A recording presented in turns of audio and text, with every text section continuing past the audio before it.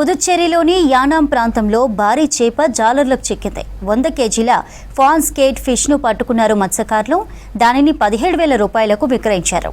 సాధారణంగా సముద్రంలో ఇలాంటి ఫ్యాన్ స్కేట్ చేపలుంటాయని చెబుతున్నారు జాలర్లు.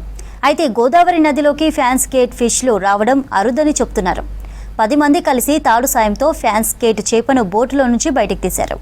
ఈ భారీ చేపను చూసేందుకు పెద్ద ఎత్తున జనం తరలి వచ్చారు.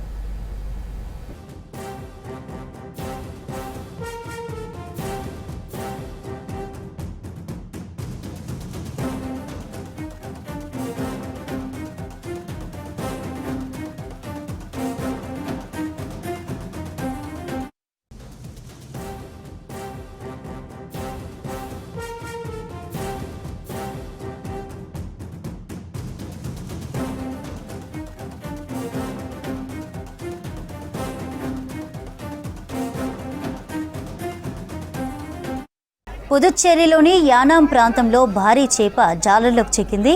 100 కేజీల ఫ్యాన్ స్కేట్ ఫిష్ను పట్టుకున్నారు మత్స్యకారులు. దానిని 17,000 రూపాయలకు విక్రయించారు. సాధారణంగా సముద్రంలో ఇలాంటి ఫ్యాన్ స్కేట్ చేపలుంటాయని చెబుతున్నారు జాలర్లు. అయితే గోదావరి నదిలోకి ఫ్యాన్ స్కేట్ ఫిష్లు రావడం అరుదని అంటున్నారు. 10 మంది కలిసి తాడు సాయంతో ఫ్యాన్ స్కేట్ చేపను బోటులో నుంచి బయటకు తీశారు. ఈ భారీ చేపను చూసేందుకు పెద్ద ఎత్తున తరలి వచ్చారు జనం.